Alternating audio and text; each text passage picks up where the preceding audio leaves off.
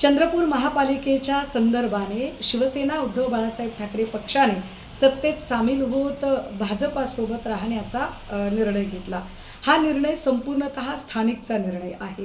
खरं तर नगर परिषदांच्या निवडणुका, जिल्हा परिषद, पंचायत समितीच्या निवडणुका या सगळ्या निवडणुका बघता प्रत्येक ठिकाणी आम्ही स्थानिक कार्यकर्त्यांना पूर्ण अधिकार दिले होते।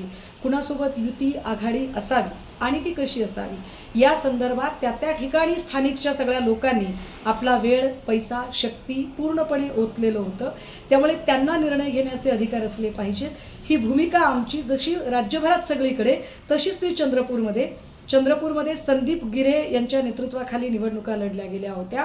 विशेष संदीप गिरे आणि स्थानिकच्या सगळ्या लोकांनी काँग्रेससोबत बोलण्याचा प्रथम प्राधान्याने प्रयत्न केला आणि काँग्रेसला म्हणजे अगदी शिवसेनेला आपण उपमहापौर पद दिलं तरी चालेल आणि आम्ही आपल्यासोबत यायला तयार आहोत अशी आपली अगदी ओपन टू हार्ट आपण त्यांना निमंत्रण दिलेलं होतं।